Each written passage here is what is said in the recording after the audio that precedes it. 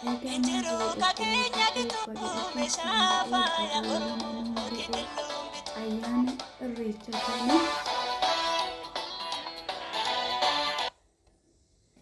harka fuudhee akkam jirtu uummata qashtii yoo yaasiniin jedheen jira warroonni YouTube jalatti argamtan hundumti keessanuu baga ayyaana irreechaa isiniin ga'ee waliin nuun ga'ee aadaan ofii akkamitti bareeda akkamitti namatti tola.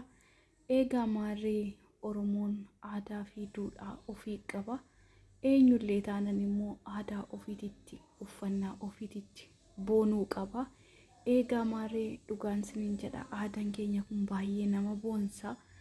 Aadaa boonsaa qabnaa isiniin jedha baga ayyaana irreechaa isiniin ga'e irra deebi'ee isiniin jechuun jaaladha. Ganna bacaqii keessaa amma gara birraatitti baga isin dabarse.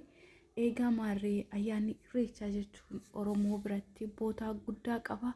Innis uummanni kun malkaatti sagaduuf mukatti sagaduu osoo hin taane namoonni baay'een waanuma malkaatti fi mukatti sagadan isaanitti fakkaata. Oromoon immoo akkasii miti, kadhannaa ofiitiif seera ofii duudhaa ofii qaba. Egaa maarree waaqa bishaan kana booruu kanarraa bishaan calalii birraatti nu dabarsite ganna keessaa kan birraatti nu dabarsite galanni si haa ga'u jecha waaqa ofii galateeffata malee malkaa hin galateeffatu. Waaqa malkaa san uume waaqa tulluu san uume galateeffata malee aadaa akka uummanni kun yaadanitti malkaa sanii fi muka sanii miti yookaan tulluu miti kan isaan itti sagadani. Egaa maarree obboloota koo akka amantaa kam keessattuu aadaan kun yookaan irreechi kun hin eeyyamamu akka hin eeyyamamu. Egaa maarree immoo Oromoon aadaa ofiitiif duudhaa ofii yoomillee hin dagatu yoomillee hin dhiisu. Aadaan immoo ofii immoo eenyummaa ofiiti ibsa bareedina ofiiti ibsa isiniin jechuun jaaladha.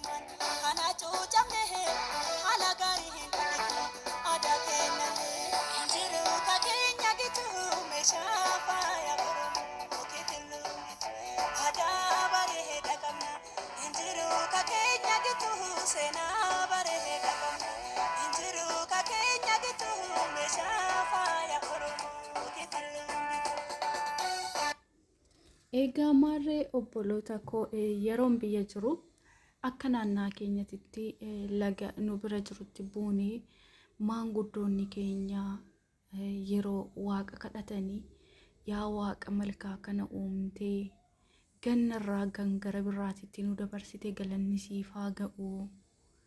Bacaqii gannaa keessaa kan booqa birraa nu agarsiifte galanni si haa ga'u jecha waaqa ofii kadhachaa eebbifachaati kana an arge jechuudha. Egaa maarree aadaan ofii immoo baay'ee bareeda. Dhugaa aadaa bareedaa qabna, aadaa boonsaa qabna, kan ittiin boonnu kan eenyummaa ofii ittiin mul'ifnu qabna. Eenyullee jechuudha aadaa ofii dhiisuu hin qabun jedhaan akka hiyyatti. Maaliif akkamitti akka bareedan ilaalaame. Uffannaan isaanii aadaan isaanii dhugaan isiniin jedha baay'ee namatti tolu. Egaa maarree obboloota koo namni malkaatti sagadu hin jiru. Waaqa malkaa san uume waaqa gannarraa gara birraatitti nu nama dabarse waaqa asiin nama ga'e galateeffatu Oromooni. Maarree baay'ee namatti tola aadaan ofii miidhaga kana bareedaa kana eenyullee aadaa ofii akka dhiisuu hin fedhu gara kiyyaanii. Baay'ee namatti tola isiniin jechuun jaaladha. Yeroon biyya jirru sanullee akka naannaa keenyatti laga buunee waaqa malkaa san uume galateeffachaa turre. Waaqa gannarraa gara birraatitti nu baase galateeffachaa aadaa ofii mul'isaa sirba aadaa sirbaa uffata aadaa ofii uffannee ittiin babbareedaa turre. Maarree kanuma caala ammallee aadaa ofii guddifachuun nutti akka hin dagatamne akka hin raaffatamne kanuma caalaa aadaa ofii boonsaa ofii kana mul'ifachuun ittuma haafuuf isiniin jechuun jaaladha. Ani gara kootiin aadaa koo kanatti baay'een boona baay'een gammadaan isiniin jedha uummata qashtii.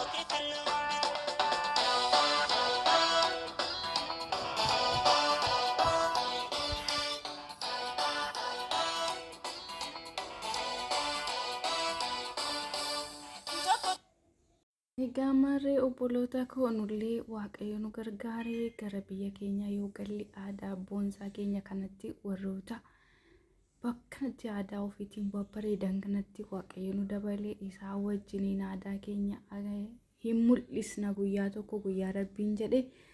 Adhammoo asuma teenyetti aadaa ofii kanatti boonnaa idaa aadaan keenya akkanatti bareedaa jennee laallaa dhugaan isiniin jedha baay'ee namatti tola. Asumaan baga ammallee isiniin ga'ee kan baranaan siin ga'e bara dhuftuun isiniin haa ga'u jechuun jaaladha. Abboonni keenyas kan baranaan nu ga'e bara dhoygereetiin nu ga'e jecha Waaqa ofii galateeffatu.